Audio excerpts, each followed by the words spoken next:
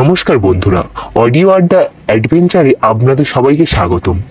আজ আমি তোমাদের এমন একটা ঘটনা শোনাতে যাচ্ছি যেটা আমার খুব কাছের একজনের সাথে সত্যিই ঘটেছিল। এই গল্পটা শুধু একটা গল্প নয়, এটা একটা অভিজ্ঞতা, একটা অনুভূতি যেটা একবার শুনলে মাথা থেকে আর বের করতে পারবে না। আর একটা কথা আগে থেকেই বলে রাখি, এই গল্পটা শোনার সময় যদি তুমি একা থাকো তাহলে মাঝে মাঝে তোমার পিছনে তাকিয়ে নিও, কারণ সব সময় সবকিছু চোখে দেখা যায় না। সবকিছু শুরু হয় একদম সাধারণ একটা সন্ধ্যায়। আমরা কয়েকজন বসে গল্প করছিলাম, হাসি ঠাট্টা, মোবাইল আর ফালতু আলোচনা। হঠাৎ সেই মানুষটা একদম চুপ হয়ে গেল। তার চোখে একটা অদ্ভুত ভাব। তারপর সে খুব আস্তে করে বলল, তোমরা কেউ কি নীলকুঠির নাম শুনেছ? ঘরের মধ্যে হঠাৎ একটা অদ্ভুত নীরবতা নেমে এল, কারণ নামটা শোনার পর থেকেই মনে হচ্ছিল যেন কোথাও আগে শুনেছি, কিন্তু ঠিক মনে পড়ছে না। আমি বললাম, ওটা কি? সে একটু নিচু গলায় বলল, একটা পুরনো বাড়ি, অনেক বছর আগে তৈরি, তারপর হঠাৎ এক রাতে আগুন লেগে সব পুড়ে যায়। লোকজন বলে ওই আগুনটা স্বাভাবিক ছিল না। আমরা তখনও এটাকে হালকা করে নিচ্ছিলাম, কিন্তু সে থামল না। সে বলতে লাগলো, আগুনের পর যারা ওখানে গিয়েছিল তাদের কেউ ঠিকঠাক ফিরে আসেনি। কেউ পাগল হয়ে গেছে, কেউ বলেছে ওখানে কেউ তাদের নাম ধরে ডাকছিল। এই কথাটা শোনার পর আমার গায়ে হালকা একটা কাঁটা দিয়ে উঠল, কিন্তু আমি তখনও হাসার চেষ্টা করছিলাম। তারপর সে বলল, আর একটা কথা আছে, ওই বাড়ির নিচে একটা লুকোনো ঘর আছে যেখানে নাকি একটা গুপ্তধন রাখা আছে। এই কথাটা শোনার পর ঘরের পরিবেশটা পুরো পাল্টে গেল, কারণ ভয় আর কৌতূহল দুটোই একসাথে কাজ করছিল। পরের কয়েকদিন সে একদম বদলে গেল।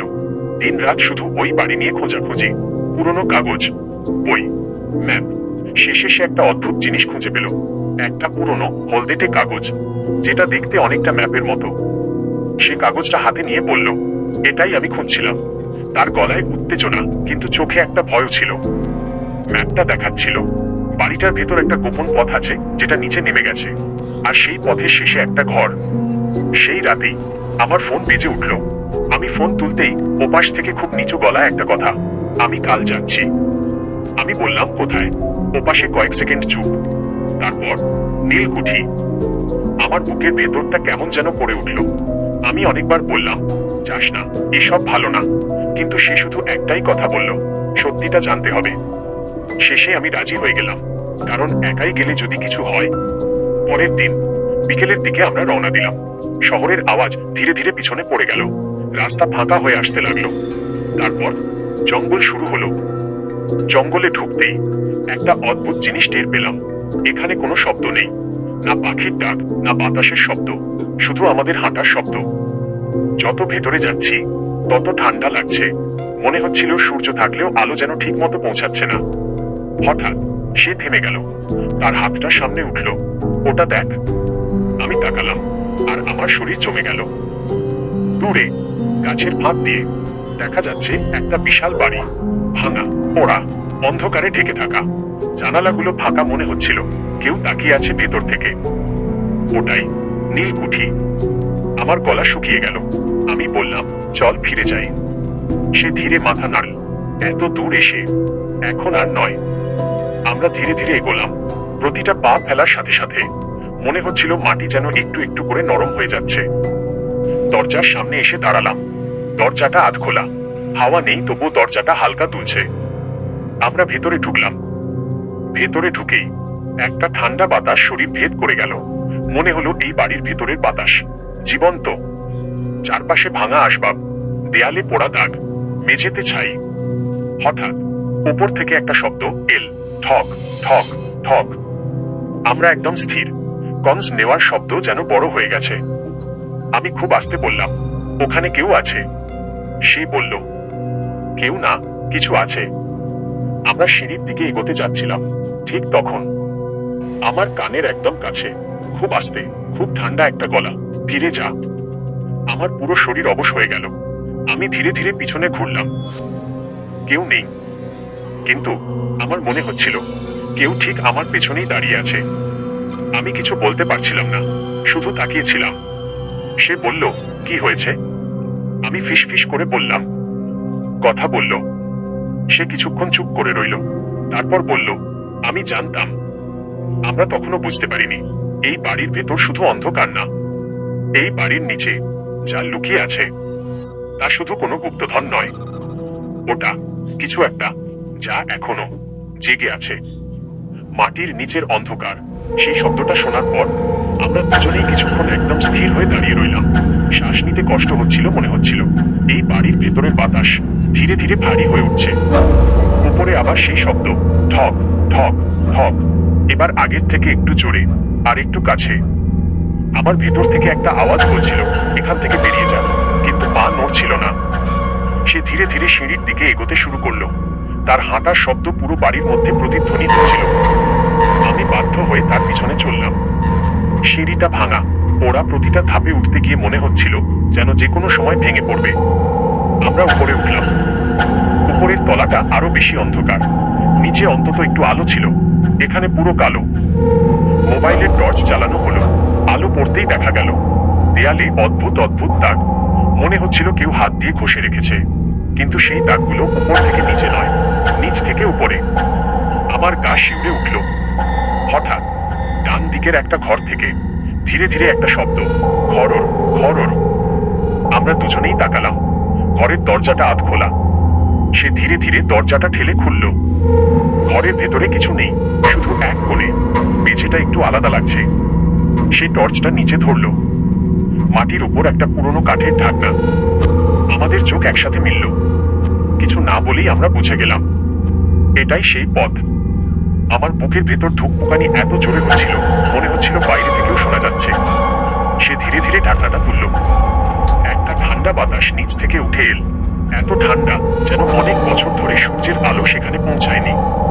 নিচে একটা সিঁড়ি, পুরো অন্ধকারে ঢেকে। আমরা কিছুক্ষণ চুপ করে দাঁড়িয়ে রইলাম। তারপর সে বলল, এখন ফিরে গেলে আর কখনো জানা হবে না। আমি কিছু বললাম না। আমরা নিচে নামতে শুরু করলাম। প্রথম ধাপ, দ্বিতীয় ধাপ, তৃতীয় ধাপ। প্রতিটা ধাপের সাথে সাথে উপরের আলোটা ছোট হতে লাগলো, আর নিচের অন্ধকার আরো ঘন, আরো ভারী। মনে হচ্ছিল আমরা শুধু নিচে নামছি না, আমরা যেন কিছু একটা ভিতরে ঢুকে যাচ্ছি। হঠাৎ পিছন থেকে একটা শব্দ, থাম। আমরা দুজনেই ঘুরে তাকালাম। উপরে ঢাকনাটা নিজে নিজেই বন্ধ হয়ে গেছে। পুরো অন্ধকার। মোবাইলের আলোই এখন একমাত্র ভরসা। আমার গলা শুকিয়ে গেল। আমি বললাম, এটা কে করলো? কোনো উত্তর নেই, শুধু একটা খুব আস্তে, খুব দূরের শব্দ, হা হা হা। আমার হাত ঠান্ডা হয়ে গেল। সে বলল, চুপ, নিচে কিছু আছে। আমরা আবার নামতে শুরু করলাম। সিঁড়ির শেষটা দেখা গেল। নিচে একটা বড় ঘর। আমরা নামতেই মোবাইলের আলো চারদিকে ঘুরল। দেয়ালে পুরনো ইট, মাটিতে ধুলো, আর মাঝখানে একটা বড় লোহার বাক্স। আমাদের নিঃশ্বাস বন্ধ হয়ে গেল। এইটাই গুপ্তধন। আমরা ধীরে ধীরে বাক্সটার কাছে গেলাম। বাক্সটা খুব পুরনো, জং ধরা, কিন্তু তালাটা খোলা। সে ধীরে ধীরে ঢাকনাটা তুলল। ভেতরে সোনা, গয়না, পুরনো মুদ্রা। আলো পড়তেই ঝিলিক মারল। আমাদের চোখ চকচক করে উঠল। কিন্তু ঠিক তখন ঘরের তাপমাত্রা হঠাৎ কমে গেল। মনে হলো আমাদের পেছনে কেউ দাঁড়িয়ে আছে। আমরা ধীরে ধীরে ঘুরলাম। কেউ নেই, কিন্তু দেয়ালের উপর আমাদের ছায়া। দুটো না, তিনটে। আমার গলা দিয়ে শব্দ বের হচ্ছিল না। সে ফিসফিস করে বলল, পিছনে তাকাস না। কিন্তু আমি ইতিমধ্যেই বুঝে গেছি আমাদের সাথে আর কেউ আছে, আর সেই কেউ এই গুপ্তধনের রক্ষক। হঠাৎ আমাদের পেছন থেকে একটা ঠান্ডা নিঃশ্বাস, আর একটা গলা। এটা আমার আমার চোখ অন্ধকার হয়ে আসছিল। কিন্তু সবচেয়ে ভয়ঙ্করটা তখনও বাকি ছিল।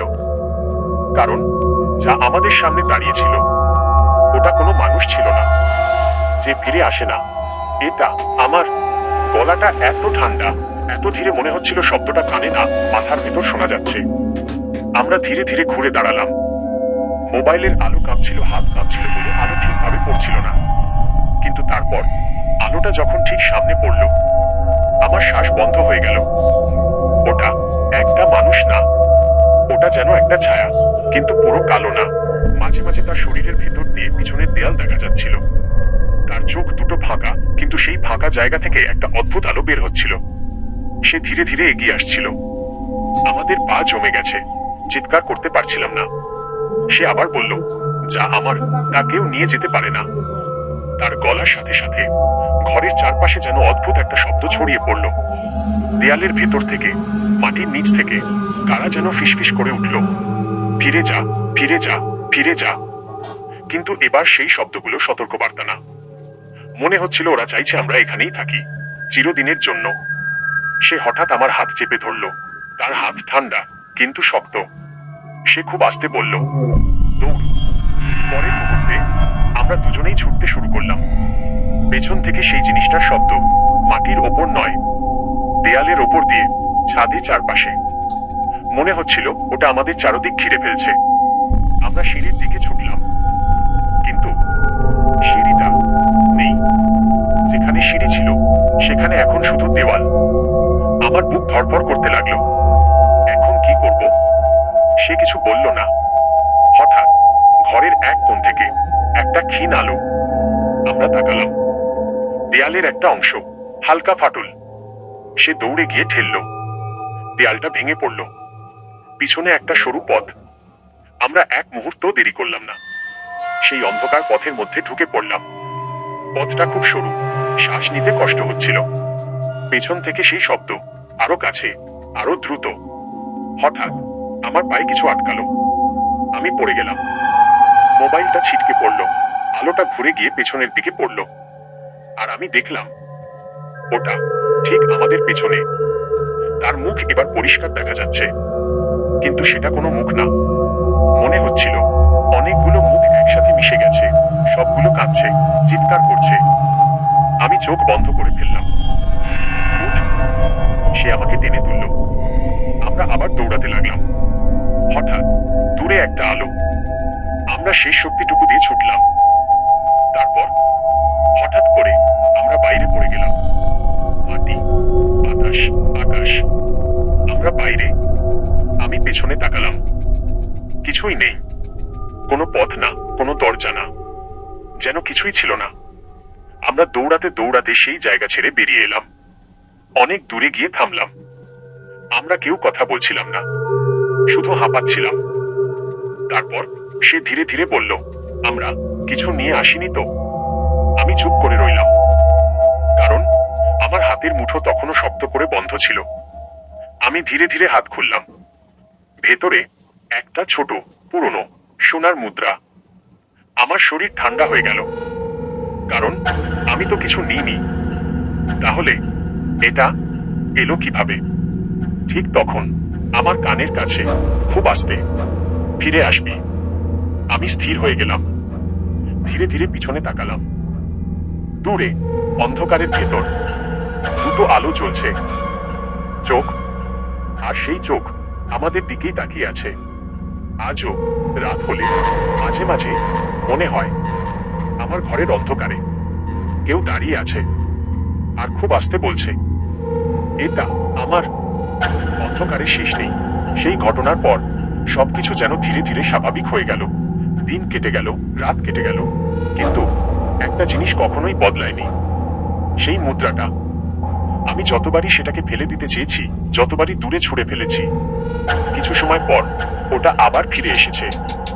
প্রথমে ভেবেছিলাম হয়তো কাকতালীয়, কিন্তু একদিন আমি নিজেই নিজের চোখে দেখলাম। আমি মুদ্রাটা টেবিলের ওপর রেখে ঘুমিয়ে পড়েছিলাম। রাতের মাঝখানে হঠাৎ ঘুম ভেঙে গেল। কেন ভাঙল জানি না, কিন্তু মনে হচ্ছিল ঘরের ভেতরে আমি একা না। আমি ধীরে ধীরে চোখ খুললাম। ঘর অন্ধকার, সবকিছু শান্ত, কিন্তু টেবিলের ওপর রাখা মুদ্রাটা নেই। আমার বুকের ভেতর ধক করে উঠল। আমি উঠে বসতে যাচ্ছিলাম, ঠিক তখন আমার কানের কাছে একটা ঠান্ডা নিঃশ্বাস। খুঁজছিস? আমার শরীর জমে গেল। আমি ধীরে ধীরে নিচের দিকে তাকালাম। আমার হাত, আমার মুঠো আবার শক্ত করে বন্ধ। আমি কাঁপতে কাঁপতে হাত খুললাম। ভেতরে সেই মুদ্রা, কিন্তু এবার ওটার রং বদলে গেছে। সোনার রং নেই, পুরো কালো। আর তার ওপর একটা দাগ। মনে হচ্ছিল কারো চোখ। আমার শ্বাস বন্ধ হয়ে আসছিল। ঠিক তখন ঘরের কোণে একটা ছায়া ধীরে ধীরে বড় হতে লাগলো। আমি তাকিয়ে রইলাম। ছায়াটা দেয়াল থেকে আলাদা হয়ে আমার দিকে এগোতে লাগলো। আর সেই একই গলা, ফিরে আসবি। আমি চিৎকার করতে চেয়েছিলাম, কিন্তু পারলাম না। পরের দিন সকালে সবকিছু আবার স্বাভাবিক। কিন্তু সেই দিন থেকে আমি জানি, ওটা শুধু একটা বাড়ি না, ওটা একটা ফাঁদ, যেখানে একবার ঢুকলে পুরোপুরি বেরিয়ে আসা যায় না। আজও যদি গভীর রাতে সব আলো নিভে যায়, আমি মাঝে মাঝে অনুভব করি আমার পেছনে কেউ দাঁড়িয়ে আছে আর খুব আস্তে বলছে, এটা আমার। ধন্যবাদ বন্ধুরা, শেষ পর্যন্ত গল্পটা শোনার জন্য। যদি তোমাদের ভালো লেগে থাকে আর এমন আরো ডার্ক, রহস্যময়, রিয়েলিস্টিক গল্প শুনতে চাও, তাহলে অবশ্যই আমাদের চ্যানেলটা সাবস্ক্রাইব করে দাও। অডিও অ্যাডভেঞ্চার্স আর আমি শুভাশিস আবার খুব শীঘ্রই ফিরবো তোমাদের জন্য নতুন একটা ভয়ঙ্কর গল্প নিয়ে। ততক্ষণ পর্যন্ত সাবধানে থেকো, কারণ অন্ধকার সবসময় আমাদের কাছেই থাকে।